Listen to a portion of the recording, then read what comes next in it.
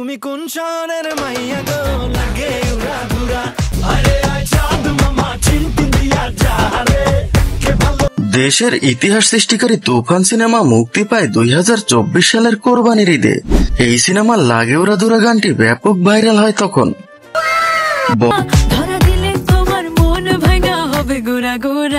বর্তমানে চরকির ইউটিউব চ্যানেলে গানটির ভিউজের পরিমাণ 273 মিলিয়ন। এদিকে সবচেয়ে বেশি বাজেটের বরবাদ সিনেমার আইটেম গান চাঁদ মামা বর্তমানে ট্রেন্ডিং এ টপে অবস্থান করছে গানটি। এই এক মাসে গানটির ভিউ হয়েছে 22 মিলিয়ন। আরে চাঁদ মামা চিমটে দিয়া যা রে কে ভালো কে মন।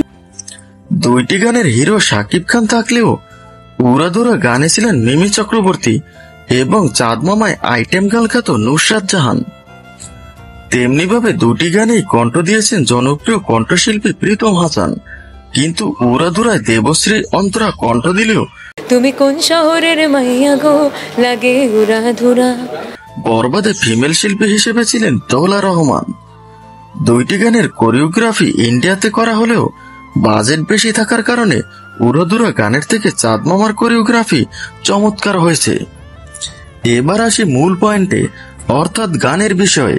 চাঁদ মামা গানের টিজার যেমনটা হাইপ তুলেছিল তা ছিল এক কথায় অসাধারণ, কিন্তু গানটি নতুন একটি চ্যানেলে মুক্তি পাওয়ায় আশানুরূপ ভিউজ আসেনি। অন্যদিকে লাগে উড়াধুরা গানটির কথা এবং সুর চাঁদ মামার চেয়ে অনেকটা সহজ বিধায় খুব দ্রুতই ভাইরাল হয়। আমাদের টিম সাধারণ দর্শকদের মধ্যে একটা জরিপ পরিচালনা করে, যেখানে 70% লোক মনে করে সব বিষয়ে চাঁদ মামা গান এগিয়ে থাকলেও শুধুমাত্র গান হিসাবে তুফানের লাগে উড়াধুরা গানটি এগিয়ে রয়েছে।